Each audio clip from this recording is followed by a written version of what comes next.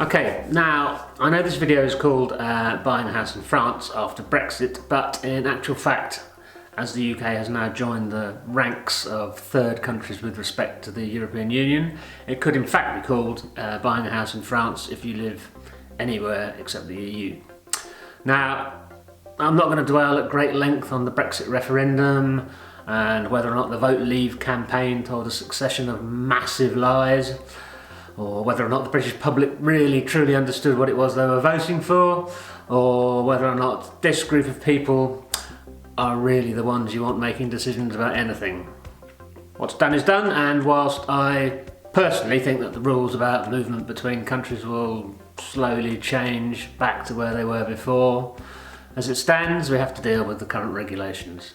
Now, prior to Brexit, as a UK national, you could buy a house in France and you could use it as a holiday home, or retire to it permanently, or live in it while you worked in France. Now, you can still buy a holiday home or move to France, but the process and the rules are very different.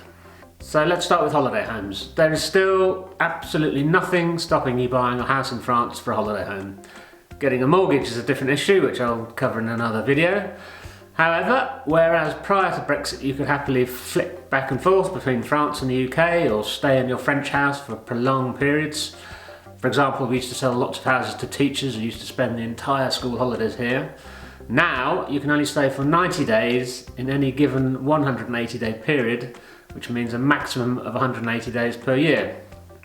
Any longer than that, and you'll be classed as a French resident by both sets of tax authorities. Now, this doesn't of course have to be taken in one chunk. You can come for 45 days, go back to the UK for a while, then come for another 45 days, but at that point you can't return for another 90 days, if that makes sense. So for most holiday homeowners this isn't really an issue. 180 days in France is enough for most people's holiday requirements. You will still need to make sure you have health insurance in place. Previously you were covered with an EHIC card across Europe. This has now gone and has been replaced with the GHIC system, which doesn't look that different, to be honest. Probably check with your travel insurance to make sure that you're properly covered. If you want to spend longer than 90 days, then you will now need a long stay visa. There are many different types, but as a holiday homeowner you will probably apply for a visa long séjour temporaire visiteur. Details are available from the French government in English, and I've put a link to the site in the comments below. If you want to move to France permanently, then it becomes a little more tricky. Again, the first thing you need to do is apply for a long stay visa, after which you go to your local prefecture in France and you file for a residency permit.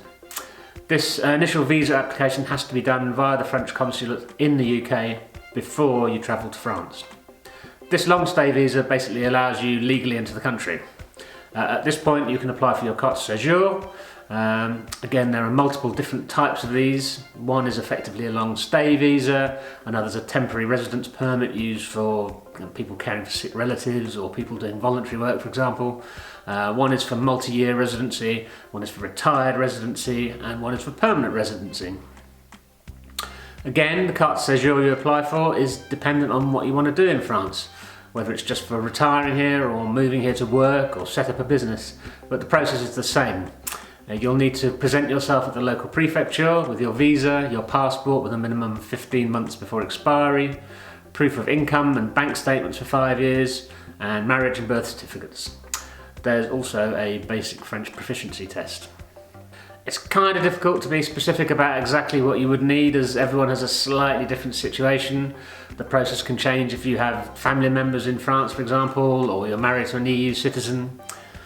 However, in essence, it is still possible to move here. But it's pretty much like everything else to do with Brexit. It's now just a little bit more complicated, a little bit more time consuming, and a little bit more expensive for absolutely no discernible benefit. And also remember, you can no longer use the quick EU lanes at the airports and the ferry terminals, but I suppose all that extra time queuing will really make you look forward to that first glass of rosé sitting on your terrace in the evening sun. As usual, any questions or comments, put them down below, and don't forget to like and subscribe. Thanks.